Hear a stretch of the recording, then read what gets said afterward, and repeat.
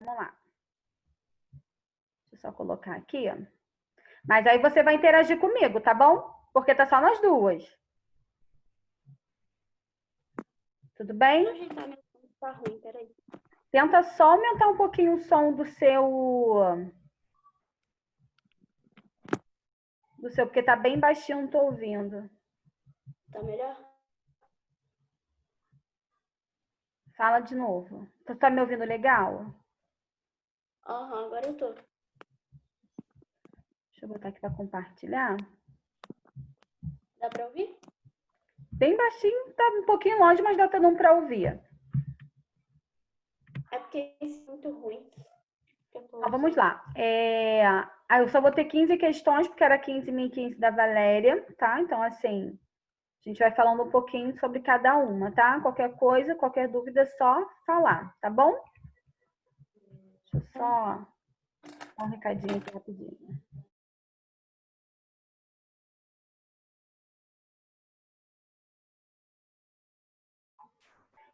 Então, vamos lá.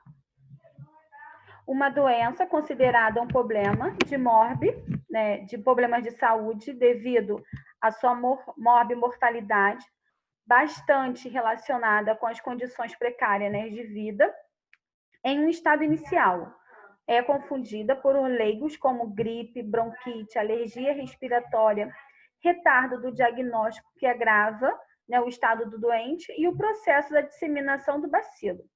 A gente está se referindo a que tipo de doença através desses sinais e sintomas, né? É relacionado à coqueluche? É relacionado à meningite? À tuberculose ou sarampo? O que você acha, Giovana? Deixa o seu áudio ativado. Coqueluche? Oi? Coqueluche? Lembrando que a coqueluche, né, é aquela que é uma tosse, né, bem produtiva, né, aquele cansaço, né, por conta da tosse e do esforço. Só que aqui ele diz para mim que são condições precárias de vida, né, que acaba sendo confundida aí como gripe e bronquite, né, as alergias também relacionadas às respiratórias. Só que acaba se agravando, né, através, olha a palavrinha mágica ali, disseminação de bacilos. Quem dessas doenças poderiam estar aí, né, sendo disseminada através do bacilo? Quando você fala em bacilo, que tipo de bacilo você lembra? Bacilo de? Tuberculose. Oi? Tuberculose. Isso, tá? Então, quando a gente acaba dizendo, né, que é uma condição precária, a disseminação é através de bacilos, a gente está dizendo que é o quê? Que é através da tuberculose, né, que é o bacilo de Koch, que acaba sendo disseminado e muitas das vezes as pessoas elas estão em situações precárias. Deixa eu só me ajeitar aqui um pouquinho. Elas acabam estando em situações precárias. A coqueluche, né, ela é algo viral, né, que ela pode estar sendo também transmitida e adquirida. A meningite, ela é uma viral, sarampo também é viral. Então, o que vai, né, ser como forma aí contagiosa essa disseminação toda é relacionada à tuberculose, tá bom?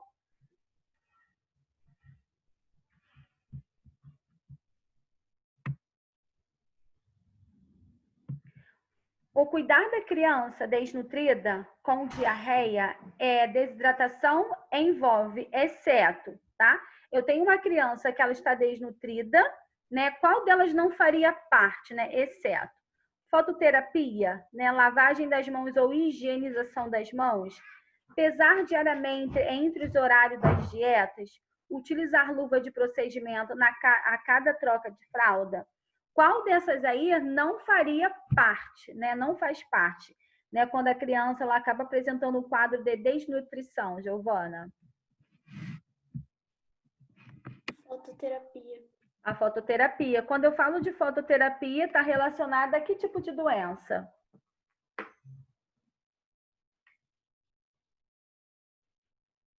Vamos pensar um pouquinho. Já que está só nós duas, que tipo de doença seria? Quando eu falo que a criança ela precisa entrar em fototerapia.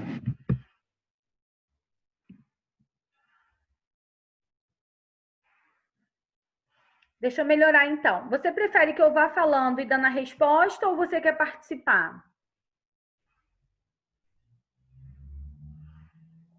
Eu gosto de participar, mas eu não tô lembrando agora. Tá baixinho, Giovana. Deixa eu pegar o fone para ver se eu consigo te ouvir um pouquinho melhor. Peraí.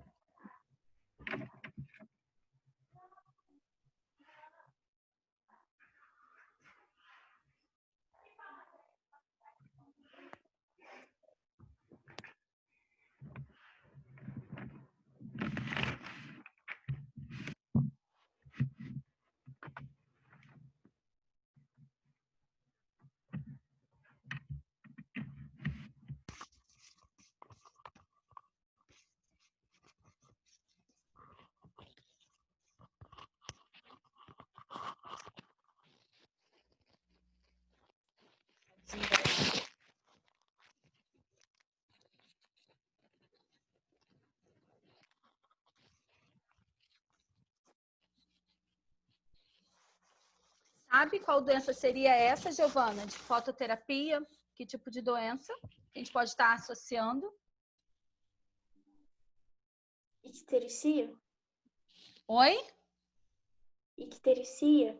Icterícia, boa, Giovana. Lembrando que a icterícia ela pode ser tanto fisiológica ou patológica, ou ela pode estar sendo relacionada ao aleitamento materno, tá? Insuficiente ao aleitamento materno, né? Relacionada a uma produção aí excessiva. Então, toda criança, né, que ela precisa de uma fototerapia, ela estar, né, com aumento ou uma diminuição, né, da hiperbilirrubinemia, né, e por isso que ela precisa se fazer fototerapia, né, onde ela fica despida, muitas das vezes as partes íntimas delas precisam ficar protegidas, os olhos também precisam ficar protegidos, né, não ficar muito tempo, porque senão pode ocasionar cegueira, mas lembrando que a gente também, com aquele tampão, né, ocular, a gente tem que tomar cuidado para poder não descer, porque esse paciente, ele pode também fazer esse RN, também ele pode fazer uma apneia, tá? A higienização das mãos, porque a gente sabe que a diarreia, né, é por precauções de contato, então a gente precisa estar fazendo essa higienização das mãos. Pesar diariamente, lembrando que esse paciente, ele está perdendo peso, ele está perdendo, na verdade, ele está perdendo líquido, e essa perda de líquido vai fazer com que ele perca também esse peso, tá? E utilizar luva de procedimento a cada troca de fralda justamente por conta disso, porque é por contato. Igual quando se tem pessoas na nossa casa com diarreia, a gente acaba utilizando o mesmo banheiro e assim vai passando, né, para cada pessoa que mora dentro daquela casa, acaba desenvolvendo também essa diarreia, tá? Foi, tudo bem? Tranquilo? Aham. Cadê Cid? Cid não tá mais, não? Cid? É, Sandy, desculpa. Ah, tá. Não sei, cara. Não. Eu mando mensagem, ela nem responde. Mas não. Vamos lá. É uma incisão, né, um corte cirúrgico realizado no períneo, especificamente, né, no momento, né, coroamento, né, ou seja, na hora que aquela criança ela está nascendo, seu objetivo é ampliar a região perianal, né, facilitando, né, despreendimento fetal e impedindo, né, a laceração da vulva e na vagina. O texto ele se refere a que terminologia, né? Episiorrafia, episiotomia, perineorrafia ou nenhuma das alternativas? Letra B? Letra B, Giovana, episiotomia. Mas lembrando, né, essa questão ela caiu recente agora na prova de 2019, pela EAGS mesmo. Só que agora, né, então como caiu no concurso, eu estou colocando para vocês, mas lembrando que na prática, né, é uma violação obstétrica, então não se pode mais estar se fazendo isso, mas acabou caindo no concurso de 2019. Lembrando que é uma violação obstétrica, é igual, né, posicionar em cima da barriga da gestante e tentar tirar aquela criança. Acaba sendo como uma violação também. Não pode estar se fazendo mais, tá bom? Mas como caiu no concurso, eu coloquei aqui, vai que cai nessa agora também, né? Mas na prática mesmo não pode estar se realizando, tá? Olha aí, formas graves da tuberculose são evitadas por qual vacina? Estou falando de tuberculose. para eu poder estar evitando a tuberculose, que tipo de vacina, né, é apropriada? Então, vamos lá. Nós temos a VOP, sarampo, cachumba e rubéola, que ela é conhecida como a tríplice viral. DTP, né, que é difteria, tétano, né, mais aí a RIB, né, que é a hemófilos influenza tipo B, e a BCG. Esse D é a forma que ela está sendo administrada. Via, que tipo de via ela é administrada? Intradérmica. Intradérmica. Então, toda vez que eu falo da forma grave de tuberculose, que são evitadas por qual vacina, que vacina seria essa? Letra D, BCG. BCG, boa, garota. Em que região ela é feita, Giovana? Deltoide. Deltoide. Boa, garota. Sobre as aferições de sinais vitais... Professora. Oi, Giovana. Tem especificação de direito ou esquerdo? Direito. Sempre no direito. Sobre aferição de sinais vitais, marque a alternativa incorreta. O estertor, né, é um som identificado à ausculta respiratória que resulta nas secreções da traqueia e nos brônquios, né, de maior parte. Então, quando a gente está se fazendo a aferição de sinais vitais, né, que a gente está fazendo relacionado ao exame físico, né, a gente está fazendo a ausculta, né? Então, nós temos estertores, sibilos, crepitações, tá? Só que aqui, relacionado aos sinais vitais, ele quer a incorreta. Então, realmente, o estertor são sons identificados a uma escuta respiratória. A medição de temperatura oral está indicada em crianças jovens e lactentes, pacientes inconscientes e desorientados. A frequência respiratória de um adulto varia entre 12 a 120, né, incursões por minuto. Um ambiente externo quente, ele também pode aumentar a temperatura corporal. A, B, C ou D, quando eu falo de sinais vitais, lembrando que a gente quer a incorreta.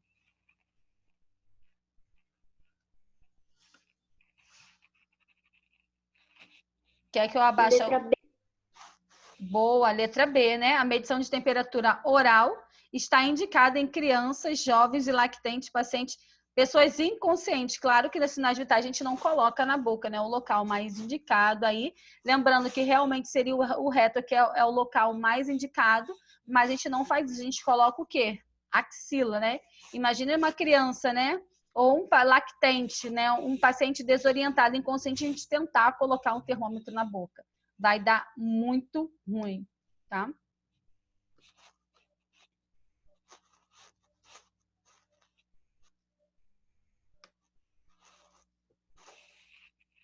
Deixa eu abaixar aqui. As primeiras fases da gravidez causam várias alterações fisiológicas, sinais e sintomas, que o profissional de saúde deve avaliar antes que possa ser considerado um diagnóstico investigativo, né, da gravidez. Com base nessa alteração, assinale a alternativa que descreva sinais presuntivos, né? A gente tem os sinais presuntivos e temos o sinal também de certeza, né? Que é a que a gente está confirmando, né? Que é aquela gestante, realmente ela está grávida. Então, nós temos o contorno fetal, né? Amenorreia e alteração mamária, sinais de Godel, sinais de Jadwick, sinal de Regar, náuseas, vômitos, amenorreia e alterações mamárias. Náuseas e vômitos, contrações de Braxter-Wickes e batimentos cardíacos fetais. Lembrando que eu estou falando de sinais presuntivos. Quando eu falo de sinais presuntivos, qual dessas seriam as opções corretas, Giovana? Letra C. Boa, garota, letra C. Né? Então, ela realmente vai ter náuseas, vai ter vômitos, vai ter amenorreia. O que seria essa amenorreia? Ausência da menstruação. Ausência da menstruação. Lembrando que o ar, ele sempre será de quê? De ausência, tá? O score do APGAR qualifica... Então, vamos lá. Toda vez que eu falo de APGAR, né, existem aquelas escalazinhas que eu tenho que estar vendo e a gente tem aquela pontuação de 0 a 2, né, o que pode levar aí o paciente, né, que a gente acaba avaliando do primeiro ao 10º minuto. O primeiro minuto é aquele grau, né, de vitalidade que o RN ele vai conseguir tentar fazer, né, a sua primeira circulação fetal para a circulação neonatal, é a sua primeira respiração após o cordão ele ser clampeado. Então, um dos cuidados primordiais quando essa criança nasce, o que a gente avalia é a escala, né, do APGAR, que vai de 0 a 10. Lembrando que esse APGAR, né, é entre 8 até 10, o meu paciente, meu RN, ele está ótimo, né? A gente vai botar, vou botar de 0 até 4, e muitas das vezes esse paciente ele precisa de um aporte ventilatório, que ele pode ser tanto invasivo ou não invasivo.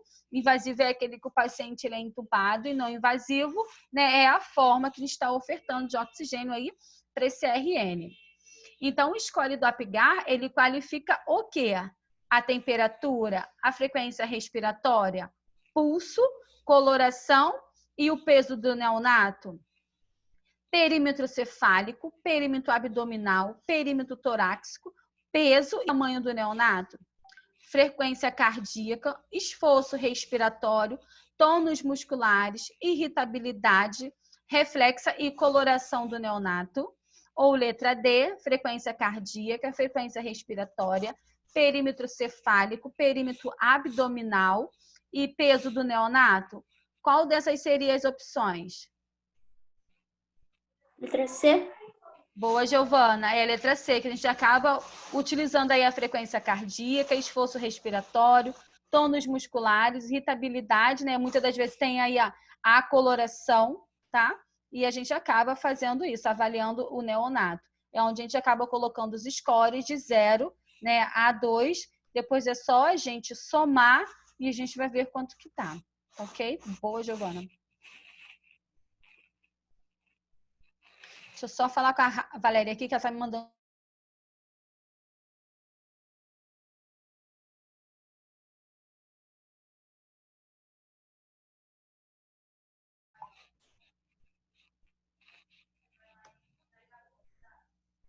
Assinar a alternativa incorreta na administração por via intradérmica na realização do teste de hipersensibilidade. Vamos lá. Administrar a injeção após a pele do paciente estar completamente seca. Então, para eu poder administrar uma medicação intradérmica, quais são os cuidados, né, que a gente precisa estar tendo? Injetar a solução somente após completa, né, a inserção do bisel da agulha, retirar a agulha no mesmo ângulo da inserção e massagear, né, o local, né, da injeção. Lembrando que a gente quer a alternativa incorreta. Eu administrei, o que seria, né, incorreto para eu poder estar fazendo? Letra D. Letra D, perfeito, né? Porque se eu administrar a injeção após a pele do paciente, tem que estar realmente o quê? Completamente seca. Lembrando que esse teste, né, para poder descobrir se esse paciente ele é alérgico, né, a alguma coisa, que acaba tendo esse teste de hipersensibilidade, que ele é realizado no dorso. Esse paciente ele tem que ficar monitorando, né, onde foi administrado durante 72 horas. Muita gente pede os pais para a gente poder estar fazendo com uma marquinha, né, com uma caneta ali. Depois de 72 horas é feito, né, o teste, né, quem faz aí é o médico, tá?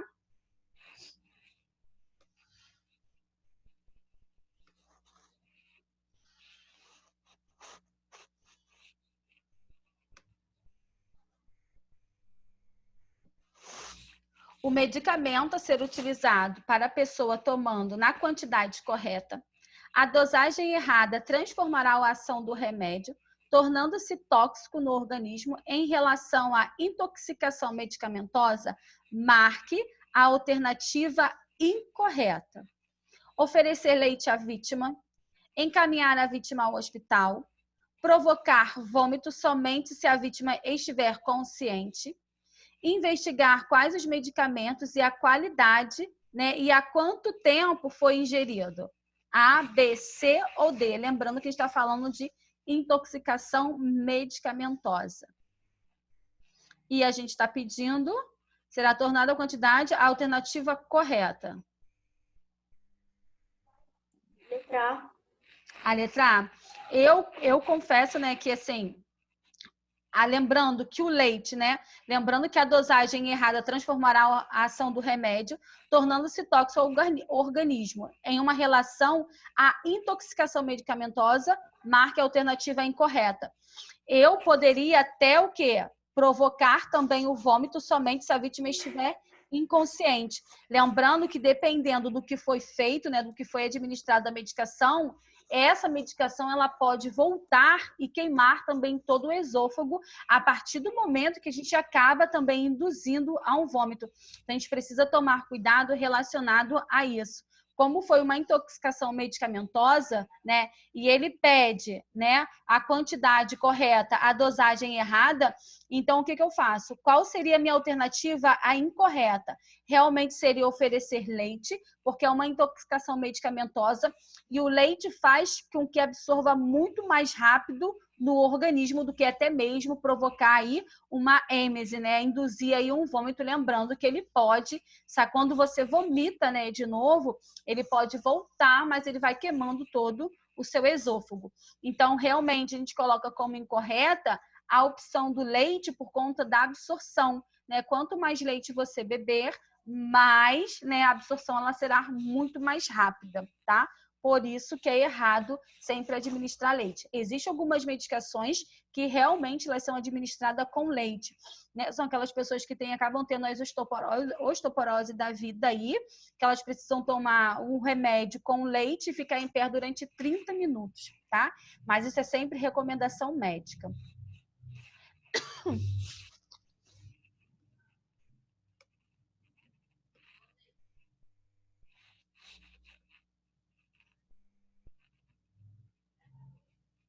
Indique a alternativa que corresponde à genitália interna. Útero, clitóris, monte de pubis e os lábios maiores do pudendo. Lembrando que agora, né, essa nomenclatura acabou sendo mudada, né? Não existe mais, por isso que colocou o pudendo ali no finalzinho. Agora, lembrando que são pudendos, né, pequenos e grandes, tá? O que faria parte da genitália feminina interna, Giovana?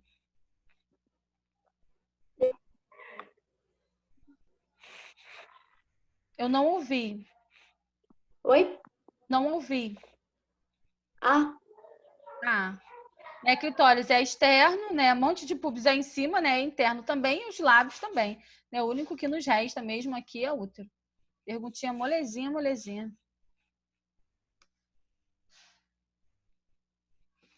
Exames, né, audiométricos são utilizados para confirmar perda de audição, olfato, visão ou tato. Essa cai na de 2019 também. Audiométrico. letra Oi? A. Letra A, né? A inicial ela já te diz aí, né? Au. Então a gente sabe que é relacionado o quê? A audição. Perfeito.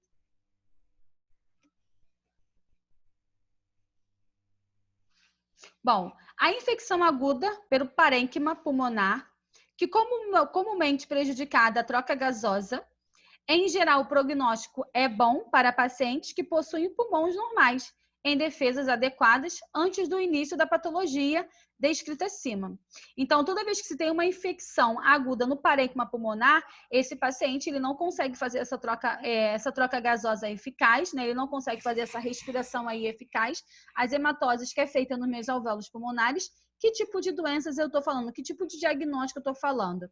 Estou falando da asma? Estou falando de pneumonia? Estou falando de pneumotórax? Ou estou falando de bronquite crônica? A, B, C ou D? B. Letra B, né? O que seria uma asma? Quando eu falo de asma, ela está relacionada ao quê? Ela envolve o quê? Os meus o quê?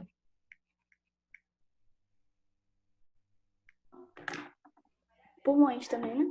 Sim, os pulmões. Mas aonde é que realmente ela começa a prejudicar? Bronquíolos, brônquios.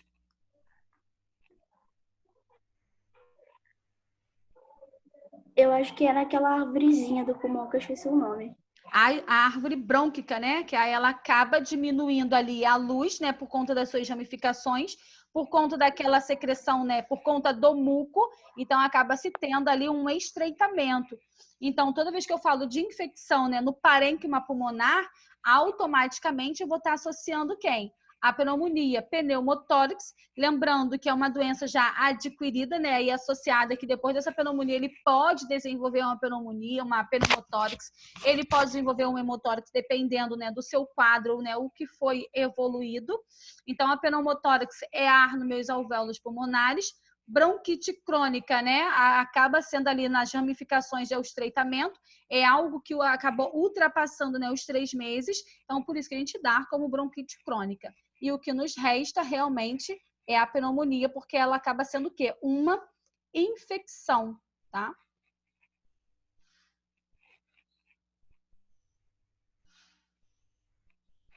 Marque a alternativa correta em relação aos cuidados necessários no atendimento ao paciente com traqueostomia.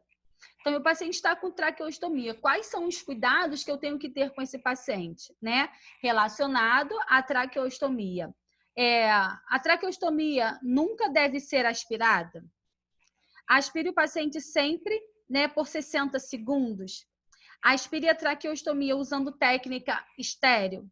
Não é necessário umidificação para que ligue, né, a fazer as secreções. No caso, fluidificar ali aquelas secreções. Né? Por isso que tem essa umidificação. A, B, C ou D? C. Oi? C.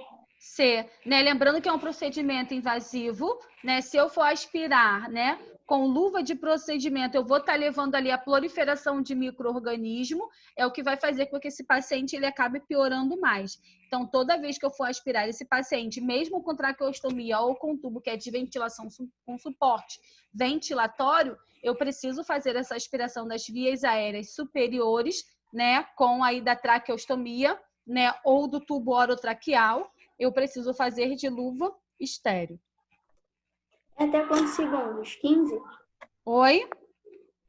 É até quantos segundos? 15? Até 15 ou 30, vai dependendo do que o paciente ele vai comportar. Então, vamos lá. O paciente ele está com muita secreção, né? Muitas das vezes não foi umidificada, tá aquela secreção espessa. Então, lembrando que eu não posso tirar muito tempo, né? Porque senão ele vai ficar sem suporte ventilatório.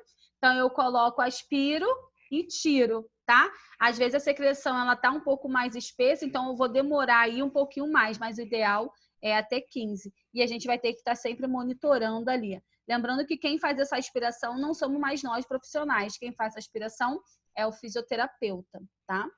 É agora a atribuição do fisioterapeuta. Bom, assinale a alternativa que corresponde ao trato respiratório superior. Então, quando eu falo de trato, né, respiratório superior, quais são eles? Quem compõe, né, o trato respiratório? É a boca, nariz, laringe, faringe, traqueia? Nariz, boca, faringe, laringe, traqueias e brônquios. Boca, nariz, traqueia, bronquíolos, pulmões, faringe, nariz, boca, nasofaringe, orofaringe, laringofaringe e laringe. Quais são? Letra A. Não. Então, vamos lá. Para poder ficar mais fácil, né? As vias inferiores, ela sempre vai ter a traqueia e ela vai ter os bronquíolos. Então, toda vez que tiver, né, que eu estiver falando de vias aéreas, né, ou na prova ela estiver falando de vias aéreas superiores, tiver traqueia e tiver brônquios, eu sei que ele faz parte das vias aéreas o quê? Inferiores. Então, eu acabo eliminando. Então, o que me sobra é a letra D, que é boca, nariz, nasofaringe ou faringe ou laringe, né?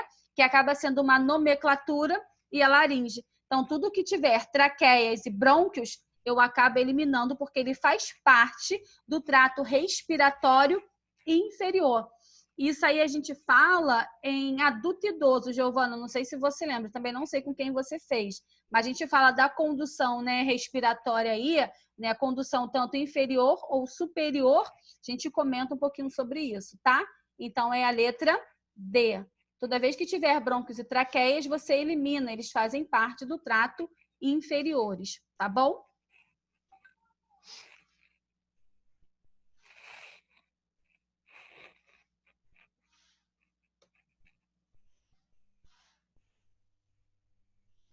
A administração de enema envolve, lembrando que a gente está falando de uma lavagem intestinal, tá? Envolve a instalação de uma solução dentro do ânus e rins, reto e colo, vagina e útero, ou uretra e bexiga. Reto e colo. Boa, garota. Né? Poderia até confundir aí com ânus, mas tem o rins não faz parte, então isso a gente acaba eliminando. Vagina e útero muito menos, uretra e bexiga, né, completamente fora. E o que não resta aí, né, realmente será o reto e o colo. Giovana, as questões elas foram curtinhas, né, porque a gente divide entre eu e Valéria 15 e 15, tá? Então, assim, ela não conseguiu mandar a parte dela, então eu acabo finalizando. Enema tá certo. Eu acabo finalizando a minha parte por aqui, tá bom? Vai estar disponibilizado também na plataforma. Tá bom. Vai estar disponibilizado também na plataforma, tá? Que será enviado para lá. E lá vocês poderão ter acesso, tá bom? Ok. Espero que tenha gostado. Foi rapidinho, mas é o que a gente pôde fazer agora, tá bom? Tá bom. Então tá. Beijos, beijos. Fica com Deus e bom final de semana, tá? Tá bom. Igualmente. Tchau. Tchau, filha.